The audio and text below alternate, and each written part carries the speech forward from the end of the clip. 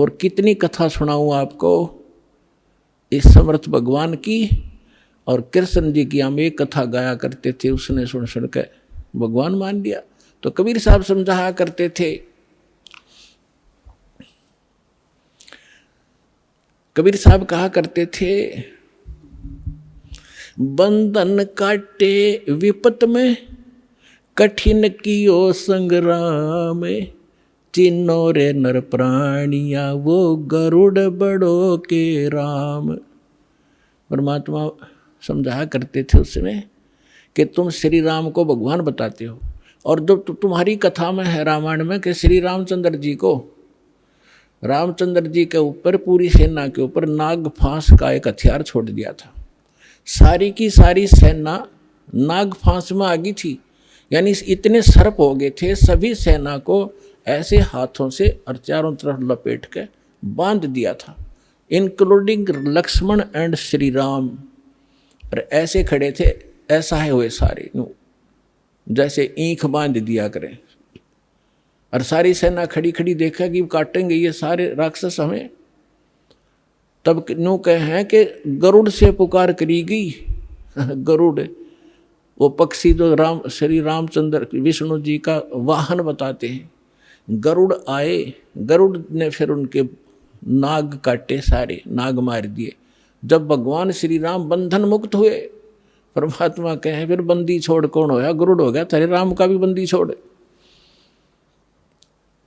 काटे बंधन विपत में, वो कठिन कियो संग्राम, चिन्नो रे नर प्राणिया ये गरुड़ बड़ो के राम। एक गोवर्धन पर्वत को उठा लिया श्री कृष्ण जी ने, तुमने भगवान मान लिया।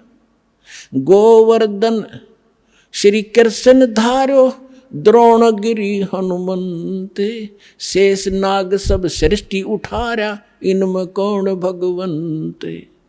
क्या एक पहाड़ को उठाने मात्र से भगवान की संज्ञा में ले लिया, समर्थ मान लिया तुमने? तो तुम्हारी कथा तुम लोकवेद सुनाते रहते हो कि शेष नाग ने सारे ब्रह्मांडों को सिर पर रख रखा है। फिर और हनुमान जी ने द्रोणागिरी उठा लिया था, इनमें कौन सा भगवान? ये भगवान की पहचान नहीं, जो तुमने पैमाना ला रखा है, ये भगवान मापन का नहीं है। फिर कहते हैं लंका पाठ, समुद्र पाठ लंका गयो, यो सीता को भरतार, अगस्त ऋषि ने ये सातों पी लिए, इनमें कौन करतार।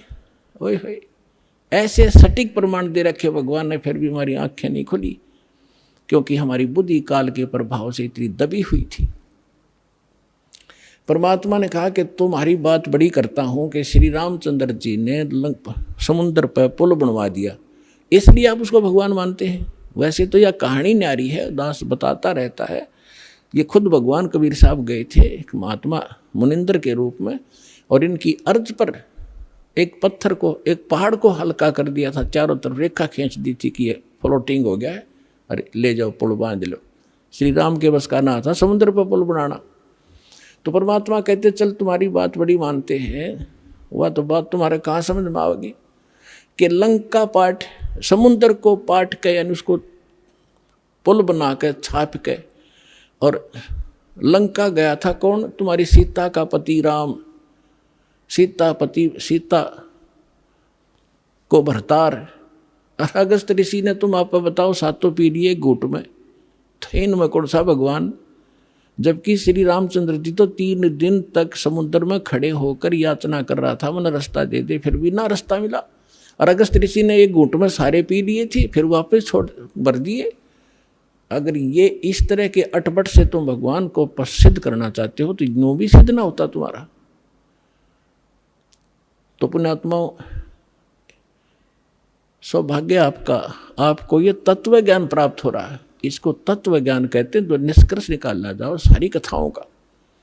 ये जड़ी बूटी तो सबने पता था, या तुलसा है या फलानी है या है, तो उनकी जड़ी, उसका जो औषधि बना वो है वैद। तो ये दास है इस अध्यात्म मार्ग का वैद, और जड़ी बनाकर भगवान डर गए थे सतनाम और सारनाम की, जो आज दास के समझ में आ गई, और उसका परिणाम आप देख रहे हो। लाखों लोगों का रोग नाश हो गया, घर में वृद्धि होने लगी, सन्नी संतान को संतान मिल रहा है, निरोग हो रहा है, और फिर ज्ञान ऐसा प्रबल आत्मा को गदगद कर देता है। अपने आत्मा धर्मदास जी को परमात्मा ने तो थोड़े उदाहरण दिए थे दास ने, क्योंकि वो तो भगवान थे, अपने बारे में कहे तो ना समझ में आओ, इसीलिए एक गुरु की, एक दास की आवश्यकता होती है जो आत्मा और परमात्मा का मिलन करवावे। तो ये दास है इस विश्व में, परमात्मा से मिलाने वाला, सच्चा ज्ञान बताने वाला और काल के बंध से छुड़वाने वाला।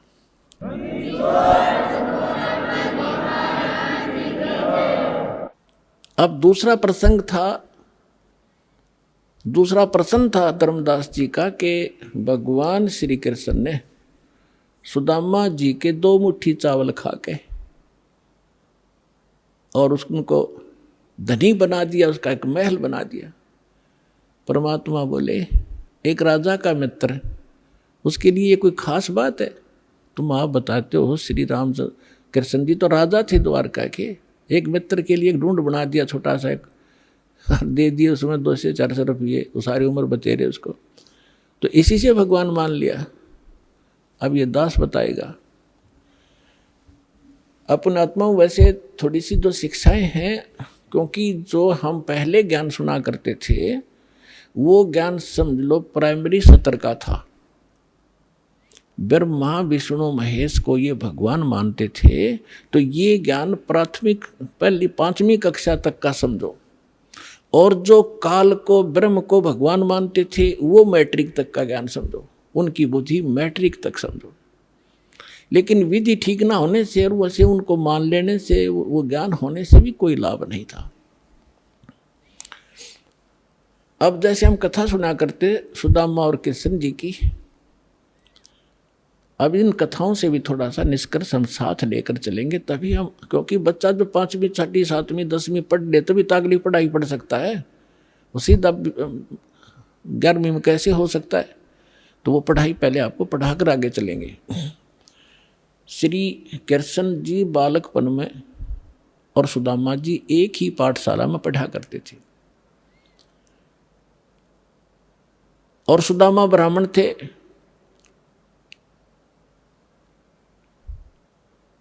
और ब्राह्मण भगवान से के ज्ञान से अवश्य परिचित होते हैं।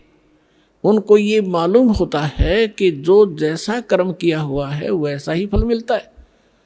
सुदामा और कृष्ण अपनी शिक्षा पूरी करके अलग अलग वो द्वारका के राजा बन गए। वो अपना एक ब्राह्मण, गरीब निर्धन ब्राह्मण था, 3-4 बालक थे, निर्वाह बिल्कुल नहीं चल रहा था, कई बार तो भूखे रह जाते थे, बच्चे भी रोया करते थे रोटियों को। अब सुदामा गणा निर्धन था, उसकी पत्नी बहुत बार कहा करती थी कि आप कहते हो श्री कृष्ण राजा हैं, वो मेरे क्लास फेलो थे, तो क्लास फेलो गणी इज्जत करा करे, आप जाओ कुछ धन मांग लो, आप तो ब्राह्मण हो। सुदामा ने कहा ब्राह्मण का काम मांगने का नहीं होता, भिखारी का होता है, मर जाऊंगा पर मांगूंगा नहीं। लेकिन उस मिश्राणी के घड़ा कहने से, बार बार कहने से वो विवश हो गया कि चल या कहती हो तो मैं चला जाता हूं पर मांगू कभी नहीं। वो कहा करता था सुदामा कि मेरे भाग में नहीं है, मैंने पिछले जन्म में धर्म नहीं करा, क्या कोई पुण्य नहीं करा, जिस कारण से मैं निर्धन हूं। अगर मुझे धन मैंने दान किया होता मैं निर्धन नहीं होता, और आज मुझे ज्ञान है तो मेरे पास धन नहीं, मैं तो दान कर दूं। अब जब वो चलने लगा, जैसे आज आप जी भी जाते हो कोई रिलेटिव के पास, मित्र के पास कुछ फल ले जाते हो, तो पहले कोई कसार ले जाया करता था, कोई चावल भून के ले जाता था। तो ऐसे वो कुछ चावल बांध दिए अकेले, और तो हमारे पास कुछ है नहीं, अपने मित्र के पास यही ले जा। और फटे पुराने कपड़े जैसा भी है वो वहाँ चले गए। अब श्री कृष्ण जी ने उसकी हालत देखी, पूछा कि आओ मित्र, बहुत दिनों में मिले और क्या हाल है परिवार का। तो सुदामा जी ने कहा जी ठाठ है, भगवान की दया से कोई कमी नहीं किसी वस्तु की। लेकिन वो तो समझ गए थे, जिसी बालक थोड़े थे श्री कृष्ण जी, 3 लोग के मालिक हैं, वो समझ गए कि तो दुखी गणा हो रहा है। 7 दिन रखा वहीं पर कि बैठो, नहाओ धो, रोटी खाओ। अपने हाथों उनके शरण धोए, मित्र गए। अब 7 दिन के अंदर विश्वकर्मा को बुलाकर वहां महल बना दिया, पीछे थे, धन दे दिया, एक मेरे मित्र के पास भेज दो और उसको आजीवन धन दे दो। अब उधर से सुदामा जब चलने लगा, 7वें दिन के मित्र में जाता हूँ, बच्चों की याद सता रही है। अच्छा जाइए, उसके कपड़े सफ़ेद बढ़िया बनवा दिए, दौड़ वो बना दिए उसको, लेकिन चलते समय भी ये नहीं कहा कि मैं कुछ लेने आया था। लेकिन मन में दोष जरूर आ गया थोड़ा सा कि काहे का मित्र है, इसको नहीं पता मेरी क्या हालत थी और मेरे से पूछा क्या हाल है, इसको खुद सोचना चाहिए था। ये इतना दोष आया था। रास्ते में क्या हुआ कि बदमाश लोगों ने देखा कि वो सेठ आवा है, अच्छे काचे कपड़े पहन रहा है, नए नए, उसको जाते ही पकड़ लिया। वह कपड़े भी उतार लिए सारे, जेब में कुछ था ही नहीं, वो उठा ले गए।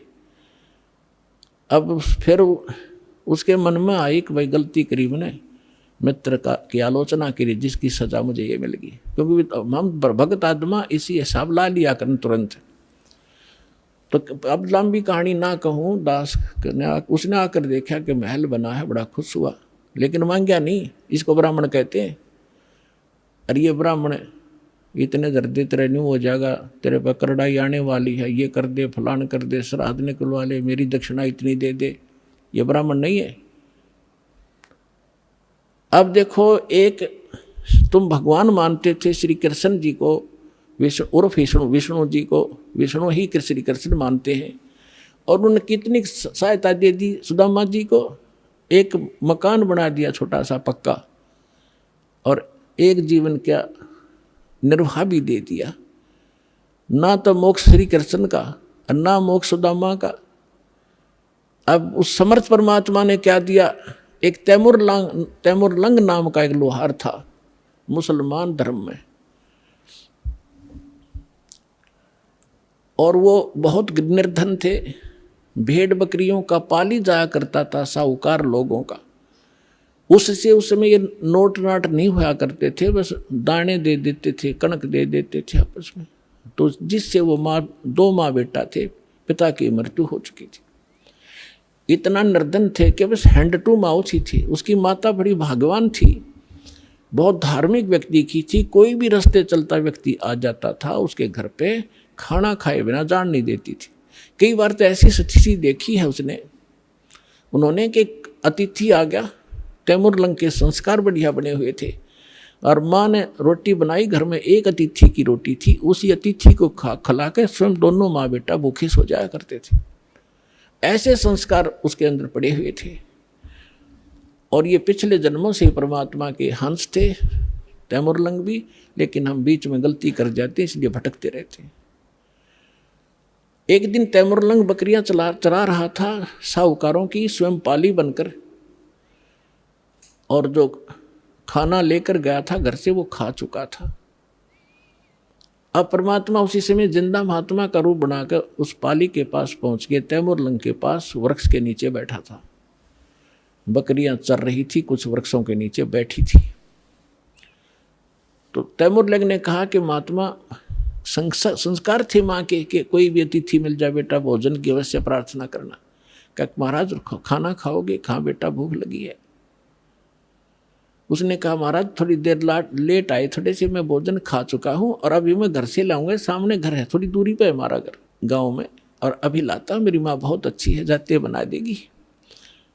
और ऐसे करना भगवान, मेरी बकरियों का ध्यान रखना, हम गरीब बहुत हैं, एक बकरी भी इधर उधर होगी तो मैं पूरी नहीं कर पाऊंगा धनी की, मुझे बहुत दुख होगा। परमात्मा बोले बेटा चिंता ना करें, मैं खूब रखवाल करूँगा।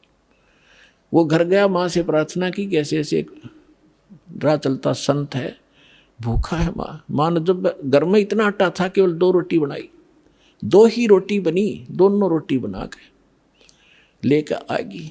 माँ ने कहा कि बेटा मैं भी चलती हूँ, मैं बर्तन ले आऊँगी, तू वहाँ अपना रखवाली करना, पाली रहना। दोनों आगे दर्शन भी करके आऊँगी साधु के। अब साधु को सामने बैठा देखकर माता ने कहा ले महाराज रोटी खा लो। परमात्मा खाना खान लगा तो इतने में माई ने 3-4 बार प्रार्थना कर दी, महाराज हम गढ़े गरीब हैं, हमारे पास तो कई बार भोजन भी नहीं होता, दया करो, कुछ आशीर्वाद दो, हमारा गुजारा ठीक चले। परमात्मा ने खाना खाया, इतने 4 बार प्रार्थना कर दी, 4-5 बार। परमात्मा खड़े हुए, एक बकरी बांधन की बेल पड़ी थी, पतली सी लोहे की बेल होती है जैसे पशु बांधा करें, उसको ऐसे 4 बार मोड़ लिया, वह इतनी रहेगी। उसको पकड़ के उसके बेटे रोटी खा के पानी पी कर लोटा खड़े हुए साधु, और उस लड़के के सिर पर हाथ धर के कड़म मारी, 7 मारी, 7 सांगल वो बेल मारी कड़ पे, 1 2 3 4 7 तक गिनी। माई ने सोचा बाबा जी मेंटल है और मैंने घना छेड़छाड़ दिया, यो दुखी हो गया, बेटे को कूटने लग गया। तो माई ने पूछा महाराज मेरे बेटे ने कोई गलती कर दी? अक नहीं माता, तेरे बेटे को 7 पीढ़ी का राज दे दिया मैंने, 7 पीढ़ी का राज बख्श दिया है, और उसके बाद तेरा राज टुकड़ों में बट जाएगा। माई ने सोची बाबा सचमुच मेंटल है। फिर मारी थी बच्चे का 5-4 मुक्के, 1-2 लात मारी कि ये लात मुक्के इसलिए मारे हैं, फिर तुम्हारे टुकड़ा में राज बट जाएगा। तैमूर लंग से लेकर औरंगजेब तक दिल्ली की राजधानी पर, राजगद्दी पर तैमूर लंग के वंशजों ने 7 पीढ़ी ने राज किया। औरंगजेब के बाद ये टुकड़ों में बट गया था, इतिहास गवाह है।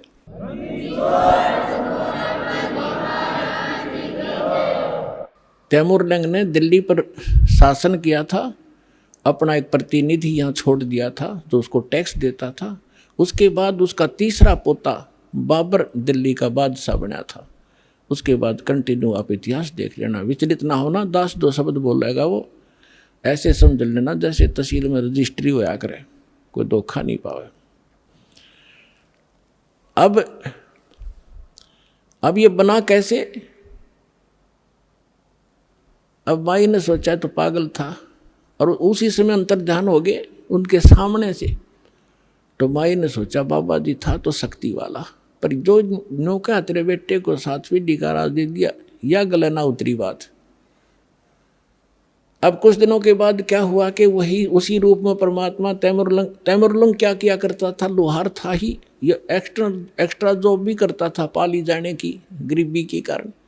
उधर से एक लोहार के एरन पर चोट लगाता था, ओवर टाइम करता था, शाम को आकर के वो उसको थोड़ा बहुत और अन्न दे देता था, 1-2 महीने में, इससे वो गुजारा करे थे। तो जिस एरन पर वो चोट मारने के लिए लोहार के पास जाता था, लोहार अपनी कोई औजार बनाता था तो वो घंट चलाया करता था, 1-2 घंटे शाम को। लोहारों के पास इतना इसी समय शाम को ज़्यादा कार्य होता था।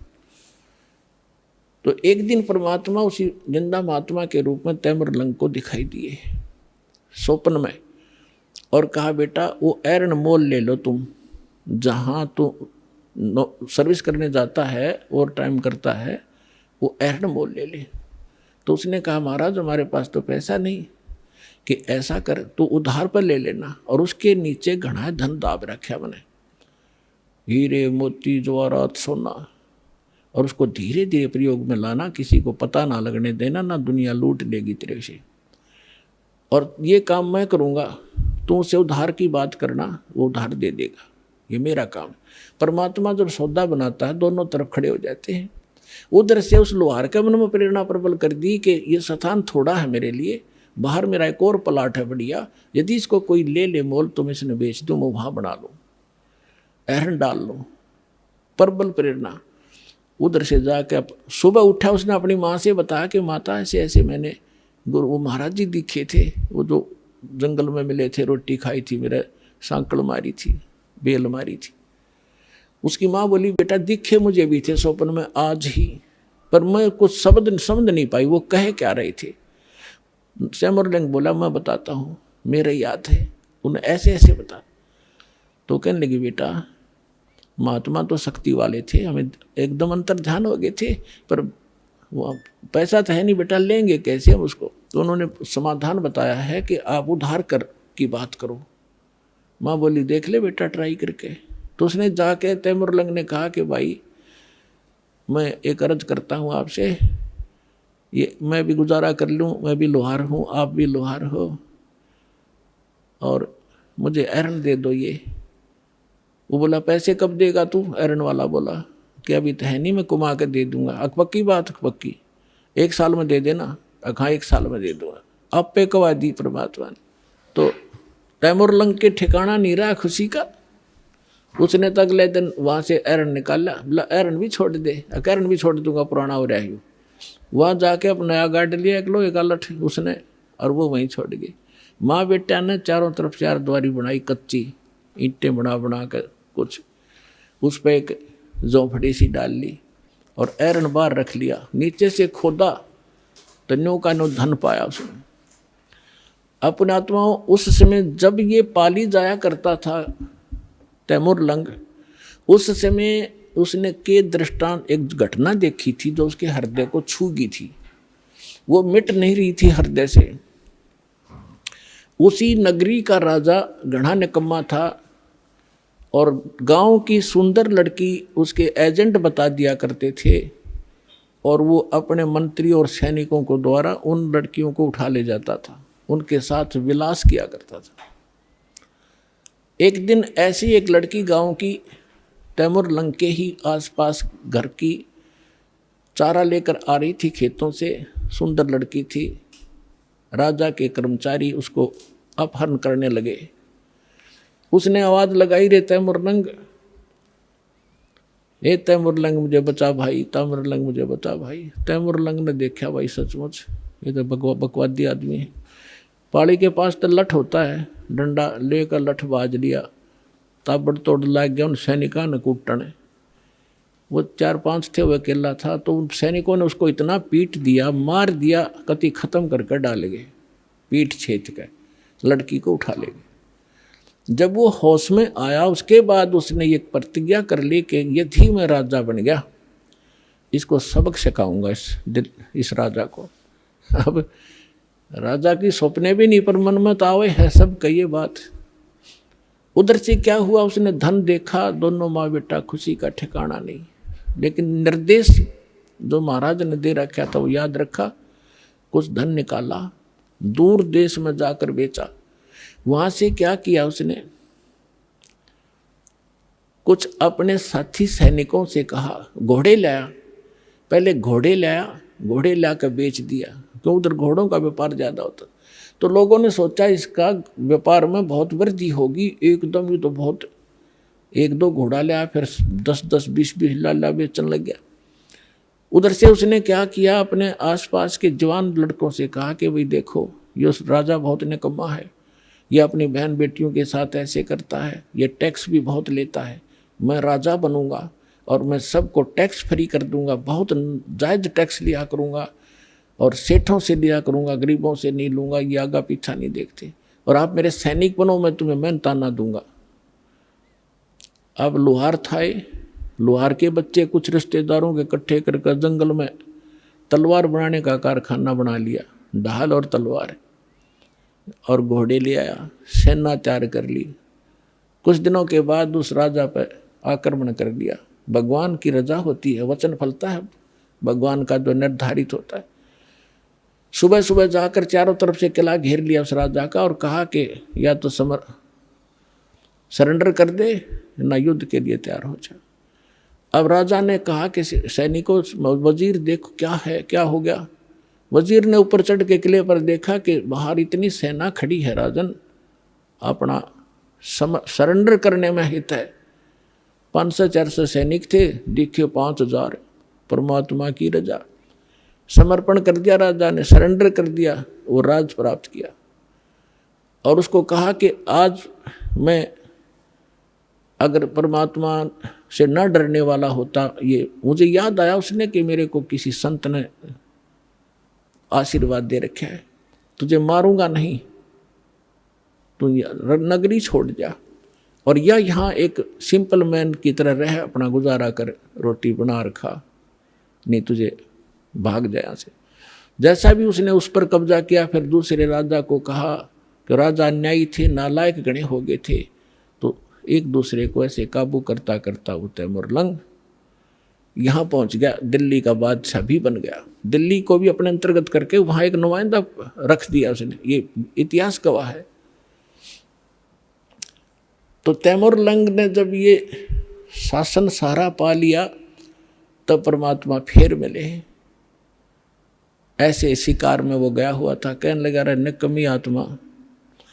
वो बैठा था तो वहाँ उसने बहुत सुंदर कपड़े पहन रखे थे तैमूर लंग ने, बहुत, यानी 2.5 रुपये की कीमत थी उसके पूरी ड्रेस की, उस समय के 2.5 और आज के 25,000, ये समझ लो।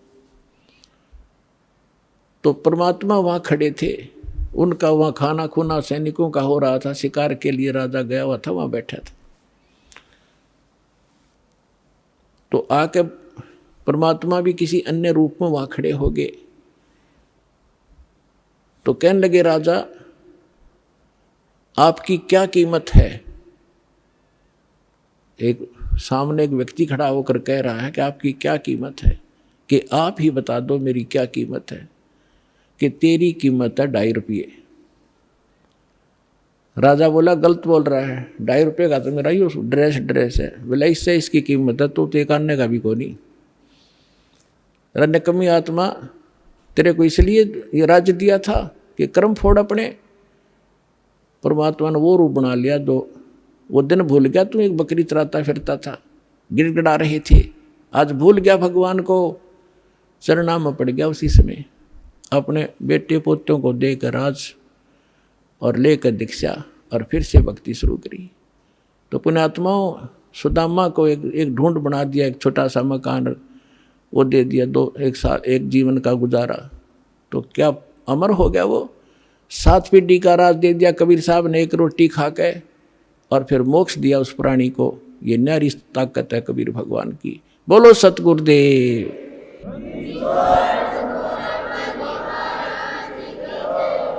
समर्थ का शरणाग हो रंग होरी हो, कदे न हो एकाज राम रंग होरी हो। कि ऐसे समर्थ की शरण प्राप्त करो, यहाँ रहोगे तो जब तक मौत से रहोगे कोई आपत्ति नहीं आने देगा, यदि मर्यादा में रहे, और सतलोक जाओगे सदा का सुख हो जाएगा।